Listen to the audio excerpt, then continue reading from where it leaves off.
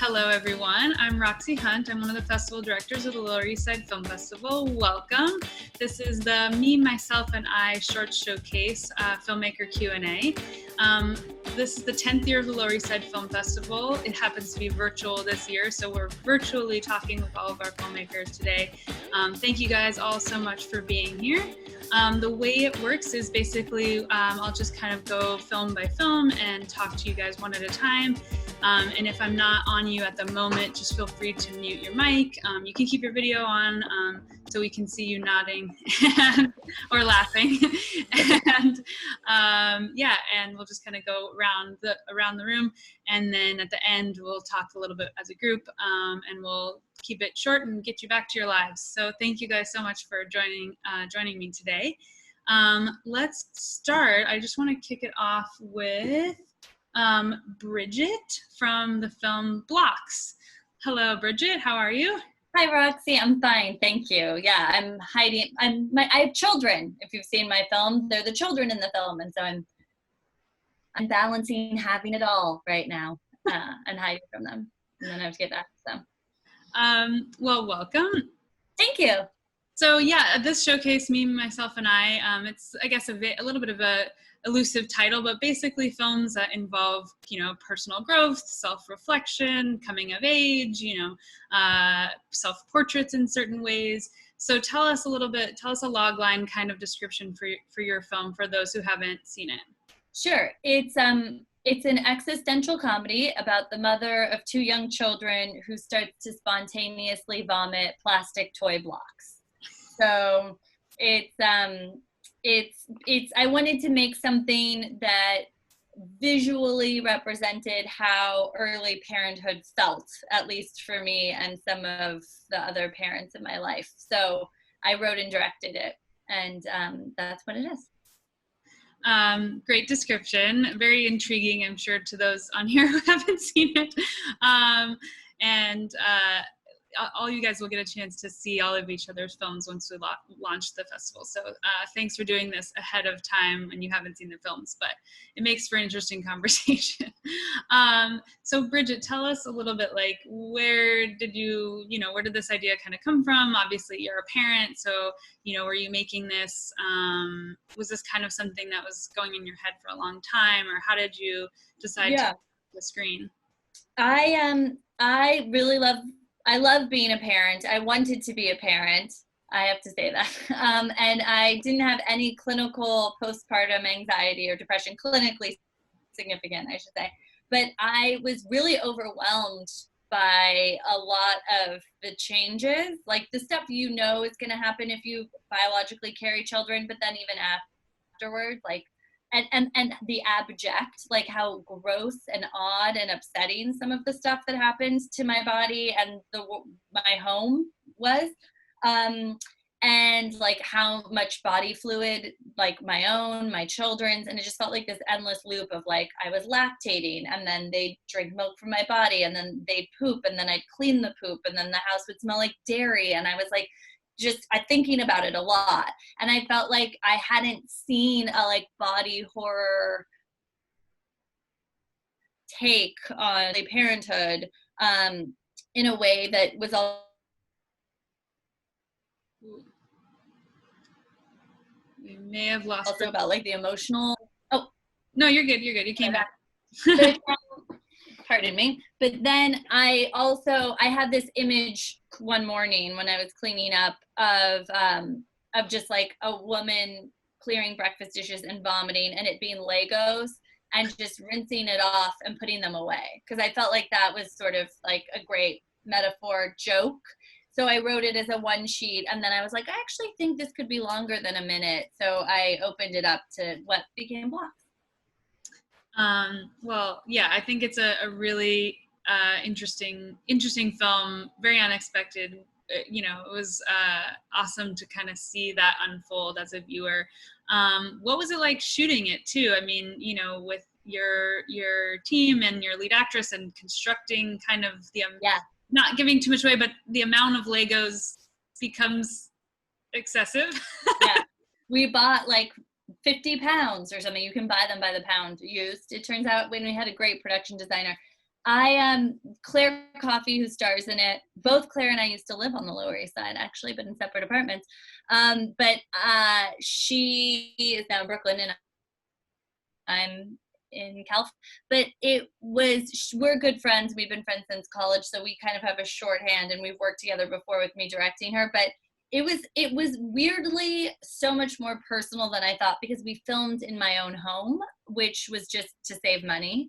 And then it was like, oh, and I made it as part of AFI's directing workshop for women. So we had like a volunteer crew, some of which were grad students and some of which were people who took pity on me. But like, we were in my home, in my bathroom, like simulating vomit. And I was like, oh, this feels really like, I don't know, meta in a way that's making me a little uncomfortable. But it was great because I knew where everything was all the time. But I used my own children because I don't always love working with professional. I don't always love the rigmarole of having whole families on set. So I just have my own family. I don't think I'll do that again, but they were great. Like, they were great, but it was hard to be their mom.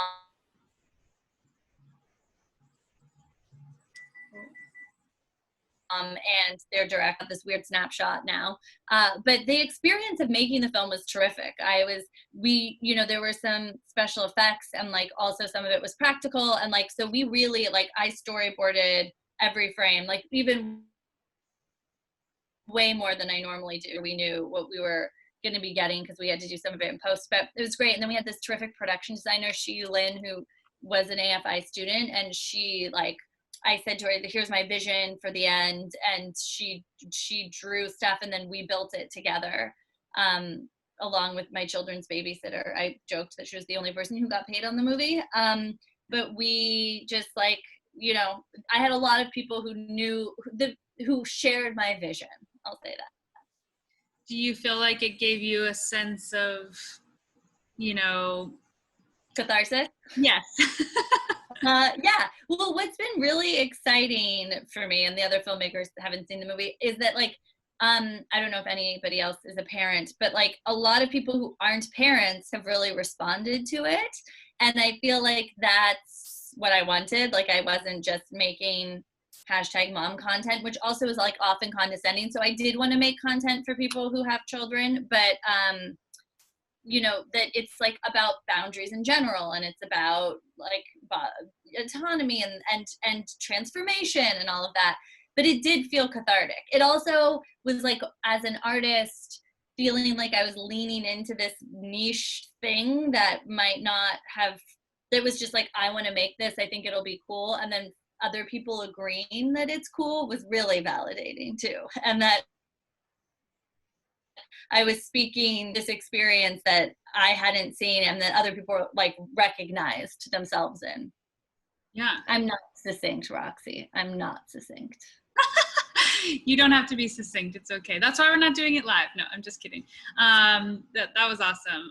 Well, I think, I'm glad that it gave you a bit of cathartic experience. And I think that might be potentially true for a lot of the folks we have here today on the panel. So I want to kick it over to Moira from the film Practice. Hi. Hi. So tell us a little bit, kind of the log line for your film and Sure. A bit of the backstory there. Right. So Practice is a story that's about two girls who are attending an all-girls school. However, it kind of has this dystopian spin on it because they are required to wear these body cameras that are kind of these little brooches that they wear. And basically there's an encounter between these two students, a sexual encounter that ultimately leads them down this path of feeling very surveilled, and I don't want to give away the end, so I won't explain what happens, but it does come to a head at some point.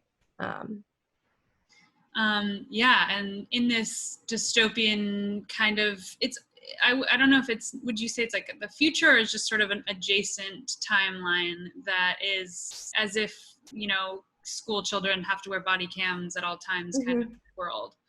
Yeah, I definitely think of it as being more adjacent and less futuristic, because the technology, it's not very important to me that it's in the future. I think if anything, it makes it more prescient and relevant to keep it in today's world. But I like keeping that open as well.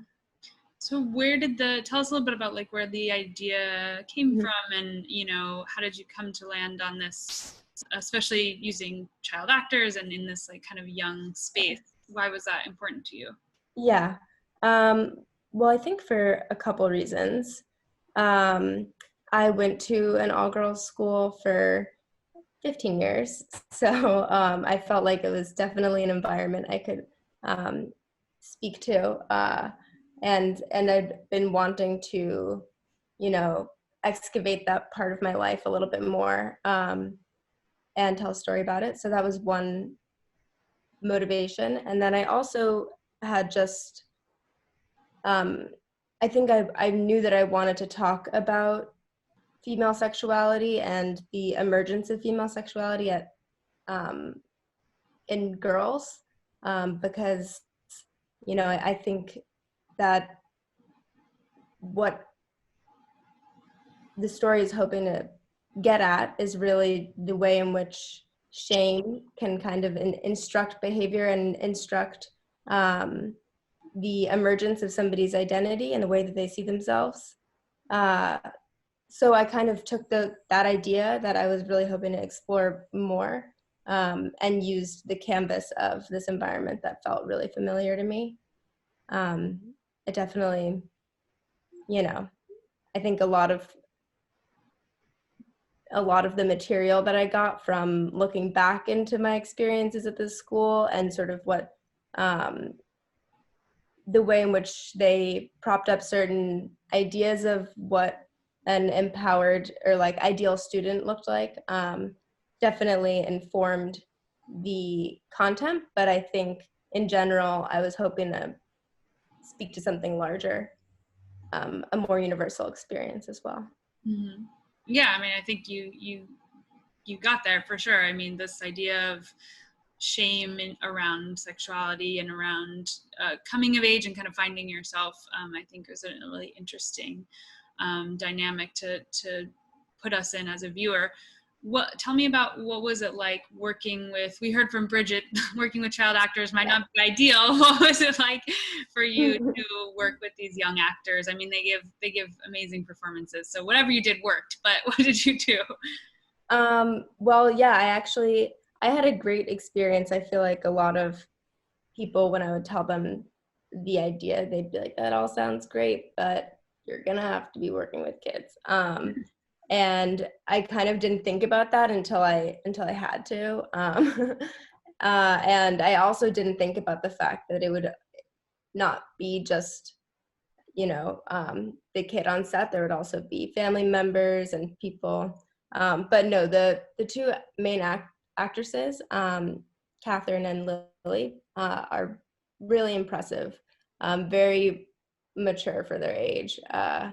And yeah, I felt like directing them was honestly easier than some experiences I've had directing adults. So they definitely, I think also when I was casting them, I was looking for them to have certain traits already just in their personalities that seemed fitting for the roles. Catherine, who plays Caroline, is very outgoing and really quick and sharp. And then Lily, who plays Sophie, is a little bit, she's very mature but quieter. She's a great listener. So they felt like they already kind of were embodying the characters I imagined. Yeah. Well, yeah, again, I think it was a really interesting slice of not slice of life, because I hate that term, but a very interesting world to bring us into. And I think you did a great job creating that world, and in a really realistic fashion too. Yes, it's a little bit dystopian, but it's not too hard to take those mental leaps and kind of, you know, experience that through the eyes of these young girls. And I think you did a great job at that. So thank you for your Thank film. you. Thank you. And I want to move over to Natasha, whose film A Mother, which is, you know, we're already talking a little bit about parenting and, you know, kind of finding your journey as a parent. Tell us a little bit about the film and like kind of the short description and your background coming into it. Yeah, sure. So I am also a mother of 3 daughters who I am kind of hiding from a little bit too, or watching them from outside the window here. So A Mother is about a woman who goes to get an abortion. She's a mother to 2 little boys, married or in a partnership, but she's getting this abortion. And so on that day where she receives the pills, she also hears about the disappearance of a little Black girl in her town. And there's all this kind of controversy around how the police treated the mother of this child and how they accused her and they can't find the child. And there's some Black Lives Matter protests going on. So that's all happening while she's contemplating this decision that she has made or is about to make. And so, yeah, so we're just with her on this kind of journey. I mean, it takes place over one day. From the, you know, I guess the morning when she receives the abortion pills into the next morning. So, yeah, I was inspired by my own experiences as a Black mother in the United States, and just what kinds of specific challenges and anxieties come with that.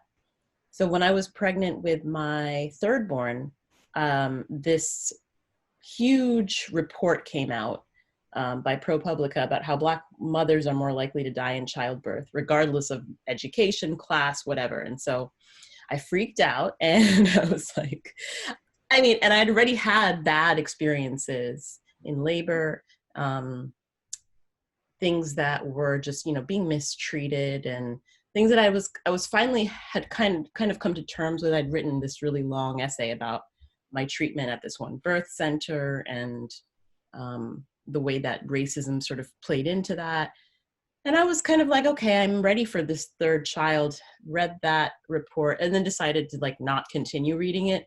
But it made me think about all these kinds of invisible fears, as well as actual, you know, physical, like visible fears that are out there, and how that affects you psychologically. I also was really interested in seeing, I wanted to see an abortion story about a mother, because you don't usually see that in films. It's usually teenagers or, you know, young adults who aren't necessarily mothers. But I'd recently learned that before writing the story, that women who are mothers are more likely to get abortions. And so that was like wild to me. And it's like, wow, I mean, I'd love to see this. And I wanted to show a woman who, it wasn't because of financial reasons. It wasn't because of, you know, it wasn't like all the reasons that are kind of cited as like the okay reasons to get an abortion, right? It was like, oh, I understand if it's incest, if it's rape, no, this is a woman who's like, she lives in a nice house. She's married. She's a grown woman. She is, you know, she has 2 kids, but she still is going through this decision. So yeah, that's where that story came from. I mean, that's fascinating. And I think that's something that really drew our programmers to the film too, is that it's an abortion story that you don't typically see, and also just kind of the mental struggle she faces with everything involved in the film. And, you know, how did you kind of decide that this is where you wanted to take the film? You know, there's a lot of layers to it, and you know, do you feel like it was, you know, somewhat of a personal journey for you as a mom? You know, did it offer you any, I guess, self-portrait, self-reflection, kind of cathartic experience as well? Yeah. I mean, I love writing from my own experiences. I think that's just sort of where I like to start. And in terms of it being cathartic, I mean, there are a lot of similarities between me and the main character, but I was also very worried about it becoming too much like a story about me. I mean, there are some big differences too, but we shot in Vermont, which is where I live. And so the art department came to my house one day and they like raided my house. And they were like, oh yeah, Agnes, the main character, she would love this and she'd love this. And oh my God, I can see where you wrote this in the script. And I started being like, oh my God, like, wait. Yes, it's coming from my own experience, but I really don't want it to be too close. And actually, Bridget, when you said that you shot in your house and how like that was, you know, I was so scared of that because people mentioned, they said, why don't we just shoot in your house? And I was like, oh my God, no, please, please. And then why don't you just use your kids? And I was really against using one of my daughters for the missing girl. But eventually, because of where we live, I just had to choose her. And ultimately it worked out. And here they come. Here, two of them come. So yeah, it was an interesting combination of like personal, but also, yeah, not so much. Yeah, I think that's a line that is, you know, it can be a tricky one sometimes as a filmmaker. If you're putting yourself out there, if you're putting your home and your kids and everything on screen, when does it blur the lines a little bit? And I think that that's, you know, so I want to kick it over to Arisleda. Is that, I'm probably saying that horribly wrong. No, that's pretty good. Oh, okay. Wow. Arisleda, yeah. Arisleda or Aris, however you prefer, whatever. Well, your film is highly personal. So tell us a little bit about the film. It's a documentary, separate from what everyone else here is talking about in terms of narrative films. Describe to us, you know, where it came from and kind of the log line description. So the title of my film is Mami, Yo y Mi Gallito, Mom, Me, and My Little Rooster. And it comes from a feature documentary that I'm still working on, that I've been working on for the past 10 years and is currently in post-production and editing. And it's the first time that my mother and I discuss my intersex body. And we kind of have kind of a moment to discuss her ideas of femininity and womanhood. And in general, I create this kind of experimental or playful way to look at cultural norms in Dominican Republic, where I was born. It's 16 minutes and it focuses primarily on that moment where we had our first conversation about past surgeries. I mean, that's really interesting to hear that there's a feature in the works. Congratulations on that. And, you know, obviously, you know, it was a very personal story to tell. What, you know, kind of made you decide, I've got to capture this, I've got to, you know, I want to interview my mom and kind of have that conversation and capture that on film? I think that becoming a filmmaker, like I used to work in politics for a long time, and I decided to become a filmmaker and kind of write out ideas for what could be potential films. And a lot of people I would talk to would ask me about my life in general, and something that I had never really discussed with my family, even though it was like an open secret, was my intersex body. So me being raised as a woman, but having male chromosomes and never developing breasts or getting a period, yet being looked at and raised as a woman was kind of an open secret that was never discussed. And as soon as I decided to become a filmmaker, I was like, well, perhaps I can use the camera as a shield and as a tool to to discuss this with everybody and kind of understand how I feel about my own body. And it has become kind of a 7-8 year journey of filming conversations between the women in my family and my intimate relationships, and understanding how I fit into the world. And film has been sort of a catalyst. Also, like I use in particular, the focus is like having this pending decision about my breast implants, whether I want to keep them or take them out, because there's like an expiration on my breast implants. Every 10 years you have to, specifically this model, you have to take them out. And after I got breast implants, a lot of the women, including my mother, got breast implants. And me being the first one to do it kind of served as like an idealized notion, like an idealized version of femininity that I was very much in conflict with throughout my life. But for them was like, oh, you know, she did it, I'm going to do it too. But for me, my insurance covered it because of my biological or genetic makeup. And so it was all of these, dissecting all of this has turned into like rethinking notions of femininity, womanhood in Dominican culture. Oh yeah, I mean, what has your mom seen? I assume maybe she's seen the film at this point. What has her reaction been, or other family members?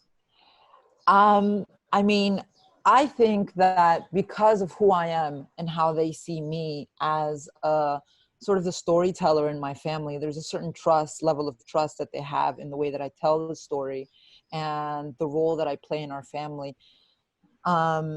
That when my mother saw the film, you know, I really didn't know what her reaction would be, because it's not like I portray her in the best light, but I do think that I get it right. And so when she saw the film in a small black box theater in Lower East Side, actually, she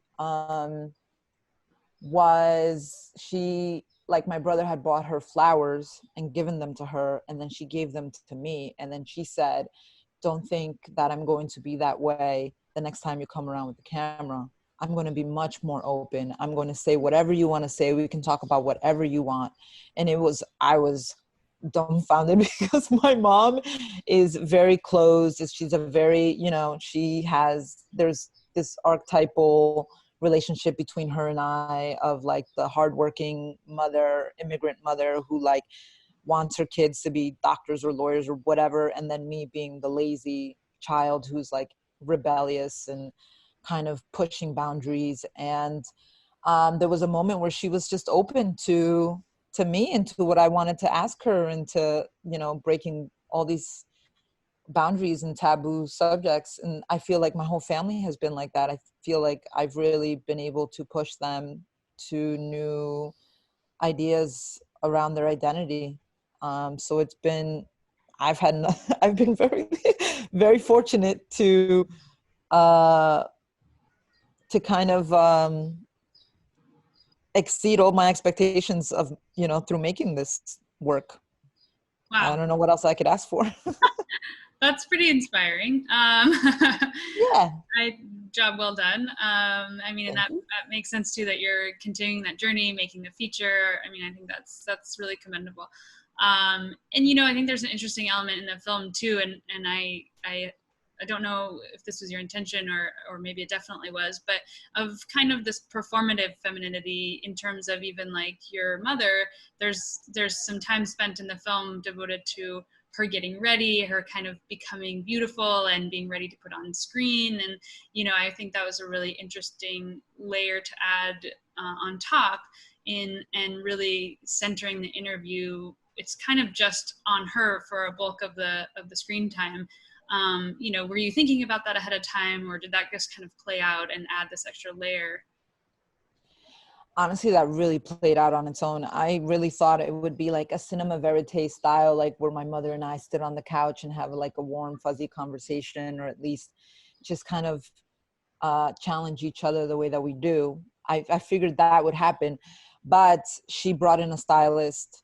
She wanted to wear her earrings and do it up. And she also didn't want me to film that, but of course, like, I kind of pushed her door open while in the middle of it, and she begins to yell at me about it, and it's a whole, you know, interaction around that. And that was pretty much my childhood also, was me rebelling against this this literal construction of femininity, right? Like, we need more. We're coming from a place of lacking.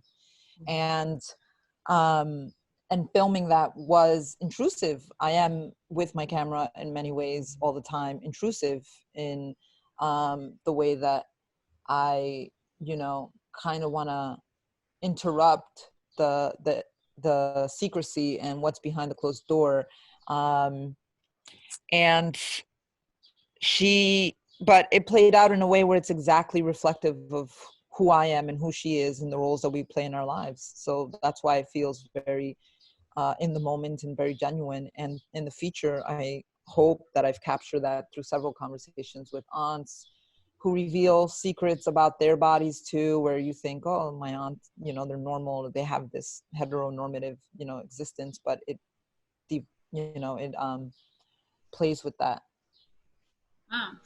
Well, I can't wait to see the feature. I hope you keep us in mind for maybe when that's finished. I definitely will. But, awesome. Thank you so much. I want to kick it over to the last film we're going to talk about, Eagle. And we have Jose and Lexi.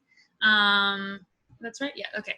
Tell us about the little kind of short description of the film and, you know, what your guys' roles are in that. Yeah, so I am the writer and director, and Lexi is my amazing producer. This wouldn't have happened without her. And the film is, it's a short drama. Can you tell I'm like really bad at giving a log line because it's kind of like one event and I don't want to give away the ending, but it's just about a high school senior in Brooklyn who sort of finds out how he did on his SAT and then what happens to him the rest of that day. So yes, without giving too much away, tell us kind of, you know, what was the antithesis, what was the thought behind the film? Is it something that reflects a personal journey for you, or, you know? Yeah, I mean, I think that for me, I grew up in Chicago in like a very quote unquote bad neighborhood. And I think oftentimes when you have a teenager in those circumstances and they're seen as able to achieve something greater because of academic prowess, oftentimes that creates this binary where they're told, well, you're going to get out of here, so you can't associate with literally the people you come from and the place you come from. And I've always kind of thought that that's bullshit. And then that persisted throughout my entire career up till I went to one of those weekend retreats where they take all of the like people of color in an industry and put us in a room, and like we all talk about how hard it is to be a person of color, and you're kind of just like, I feel like the white people should be here, not us. And then sort of get that binary gets reinforced of like, there's something special about you and not the other people that surrounded you where you came from. And that's sort of like what I wanted to talk about and be angry about in this movie. Yeah, and tell us a little bit about who the cast that you worked with, and you also worked with, I don't want to say children, teenagers, I guess. Tell us a little bit about that process. Yeah, the goal in casting for this one was really to find high school, like they were all like 19, 20 and playing high school seniors who really reflected a lot of the people I grew up with, and sort of like Danny, our main, our lead actor who plays Edgar, is sort of like just really able to embody that sense of like fear and comfort at the same time with his surroundings, which I think is really embodied a lot by that sort of archetype of kid in these movies. I'm obsessed with high school dramas and high school narratives because of my own Arrested Development probably. And I feel like those movies are so often like, even no matter how well they're executed, it's often like there's a really good kid who is given this choice to maybe do something bad or not. And they always play out in a very familiar way to me that doesn't really, I think, talk about like the nuance of what it's actually like to live in those situations and those environments. So when I found Danny, I was just like really excited about him. And also I think that, you know, now more than ever, I think there was like something to be truthful about the fact that, you know, I'm a non-Black person of color. Danny's a non-Black person of color. We're both Latino. And I think that also plays into sort of this exceptionalism when you come from these places where they're like, oh, you're smart, you're light skinned, even if they're not saying that. And they're like, that's going to benefit you in this world. And so I wanted to think about that in casting. And so his friends are sort of, one is Afro-Latino and one's another sort of light-skinned Latino. And then Roy Wood Jr., who I actually know because of my work in the comedy world, we were fortunate enough to get him to play a guidance counselor in Edgar's high school. And he sort of was able to hit all the like comedy and sort of drama in that moment where you're trying to tell a kid in high school that he's special, and the only way he's going to stay special is if he leaves behind the people that are most important to him.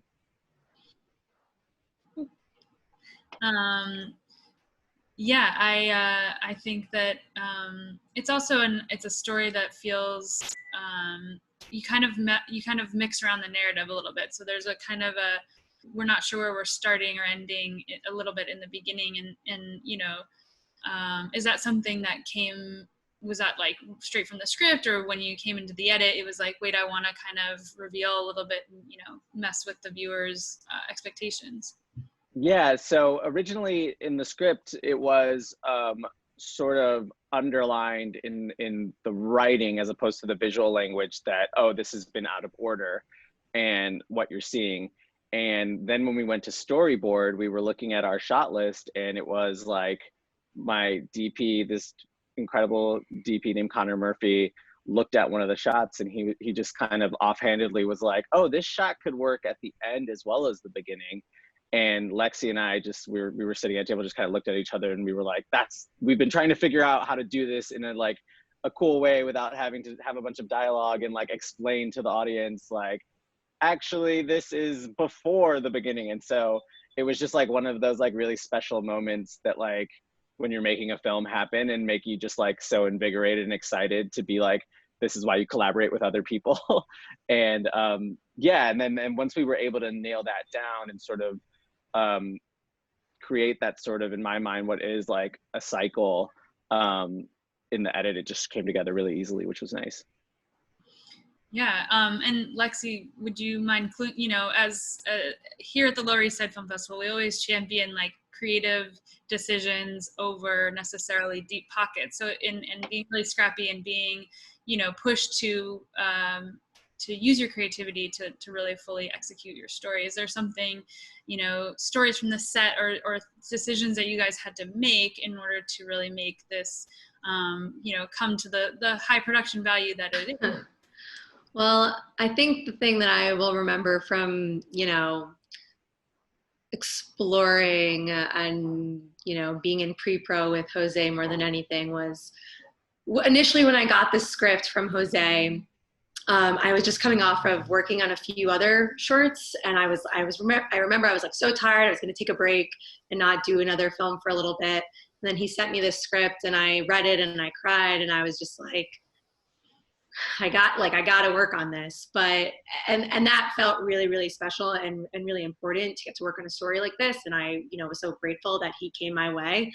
And to leave you guys with something a little lighter, you know, when we were looking for bodegas to film in, I think, you know, there was one day, it was a super hot day because we filmed in August, and we went to, I think, every single bodega in Crown Heights and Bushwick and Fort Greene and everywhere over Brooklyn. We must have been to over 100 bodegas to find this one. And it was very much like really like low budget, like pounding the pavement, talking to everyone in the community and in the store to try to make this thing happen. And that's kind of like how this film came together. We made this little community, and everyone read the script and said, we got to make this. And that's kind of, I feel like, what you see. What did you eventually do to land on your prime bodega?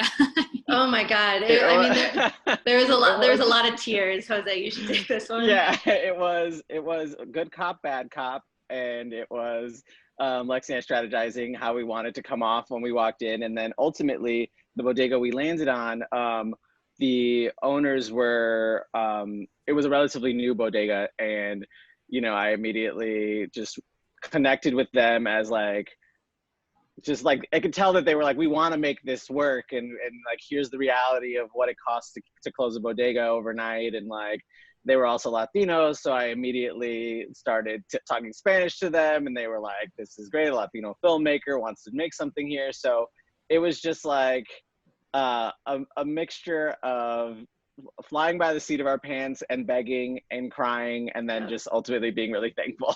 Yeah. Finding good people. Yeah. That's awesome. I just wanted to let you guys know that Bridget typed in the chat and said she deeply, deeply apologizes, but her childcare ended, so she had to go. And I don't want to keep you guys too much longer either. One thing we're just doing that's kind of fun to kind of round out the discussion is just if you want to mention, we ask everybody like, what's something that you're inspired by right now, what you're watching, reading, listening to, and give us a little recommendation. And it's always been interesting to hear what different people are watching right now. Now you're all thinking, I can see. Yeah. I always mess this up too, because I've said various things on different ones, and I feel like I've run out of the things to say. So if anyone is ready to give your prediction, Jose, you look ready. What do you want to say? No, so this is psychotic, but I actually keep a media diary every year where I write down all the film and TV I watch every day, and it's sort of like my version of a journal. And so I'm going through it being like, what have I watched recently that I've loved? And I will say I did watch The Five Bloods the day it came out, the new Spike Lee movie, and it was incredibly, I think that it was overall for me, it felt like a very inspirational thing. I think that there's some of the stuff in it regarding the politics around women was a little iffy, but like I thought that what I love about Spike as a filmmaker, going all the way back to Do the Right Thing, is like if you watch like Inside Man, that's like this very tight heist thriller, and it's sort of in my mind him proving like if I wanted to make this kind of movie I could. And then you watch The Five Bloods and you're like, this could be this incredibly tight action fueled heist gone wrong movie, but that's just not what he's interested in. He wants to talk about these larger issues, and he wants to go on these tangents where he's proving a point or has something to say. And like I find that really inspiring, that he sort of like, you know, knows all the rules of conventional filmmaking and follows them, but then uses that as a way to earn breaking them sometimes, to sort of do other things that are more about putting a fine point on how he feels about the world, as opposed to just feeling, you know, like the narrative is the only thing that matters. Yeah. I haven't seen it yet. I'm looking forward to it. How about Natasha? You have something to recommend? I feel so on the spot. It's like, oh my god.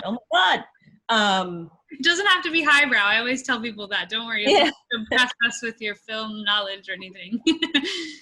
I mean, it's interesting because I was recently asked to recommend African films, like part of a list of like the top whatever Black films that people should see. And I was asked because I teach African cinema. And the one film that made it to that list was Rafiki, which came out in 2019. I don't know if you guys have seen that, but it's a Kenyan film set in Nairobi. It's about two teenage girls that fall in love. And it's this really sweet story about like a love story, but set in Nairobi, which is pretty anti-LGBTQI rights.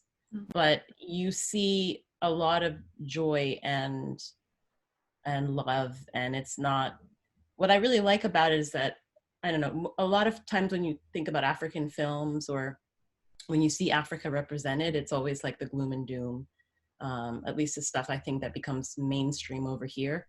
It's like yeah, it's like, oh my God, it's terrible. Poverty and AIDS and war and like human rights being crushed. But this is like really, you see what it's like to just like be a person there and to be a queer woman there. And it's a female director.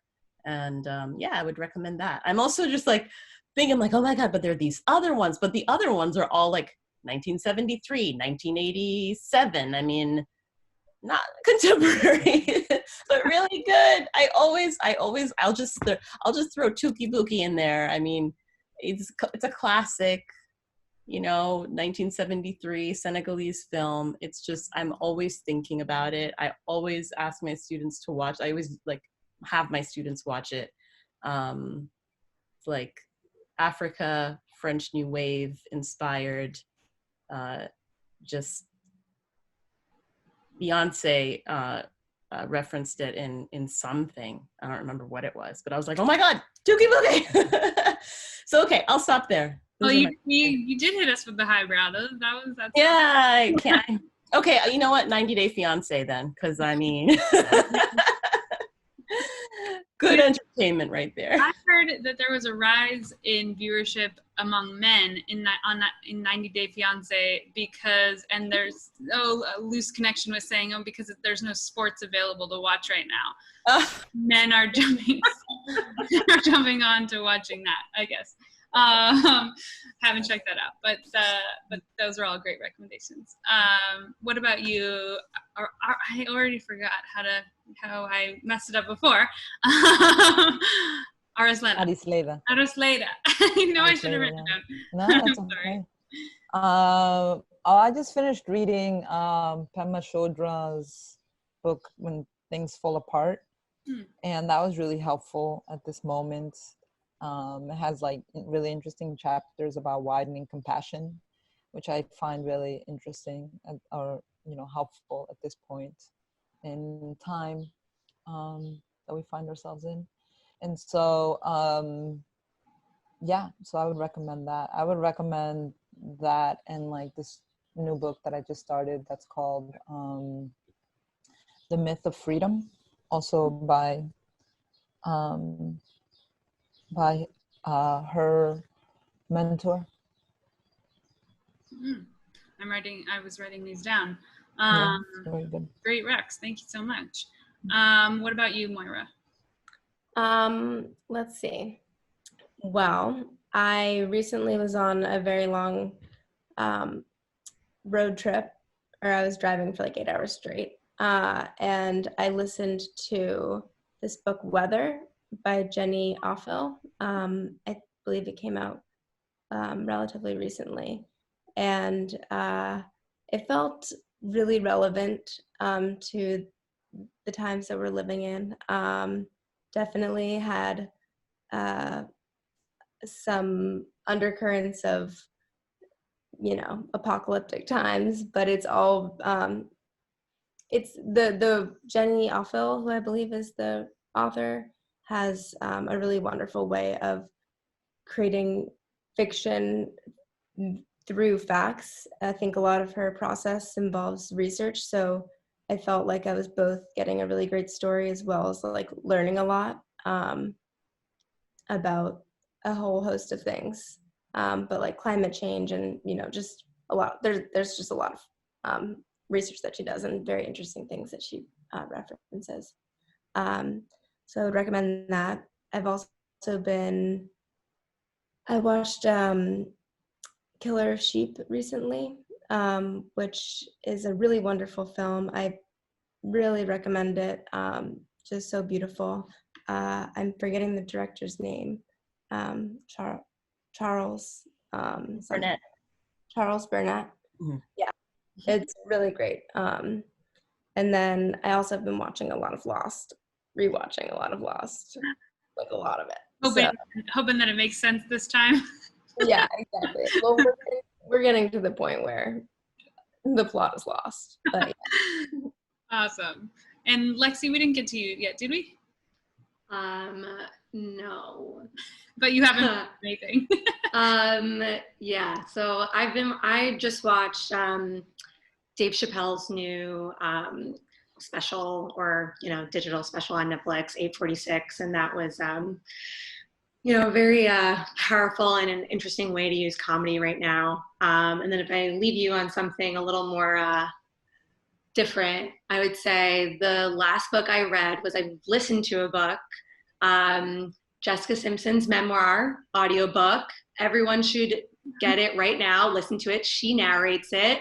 It's an emotional roller coaster that I couldn't recommend more. Wow.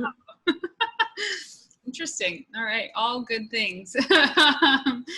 Well, thank you guys so much. I always say this is the time where if we were in the real world, we'd go to the bar at the Lower East Side Film Festival and the free wine would be flowing. If you've ever come, that's one of our things. And sadly, we'll have to miss out on that today. But I really thank you guys for taking the time today to talk and kind of connect a little bit in this weird virtual world and get us a little bit of our community back from the Lower East Side Film Festival. So we really, really appreciate it. I'm going to sign off, but if you have questions afterwards, you can stay on. I'll just do a blanket goodbye for the camera. Thank you guys so much. This has been the Me, Myself, and I Short Showcase Filmmaker Q&A at Lower East Side Film Festival. Thank you to all of our wonderful filmmakers, and hope you guys had fun and got to know each other and enjoy the rest of your day. Bye. Thank you, Roxy. Thank you.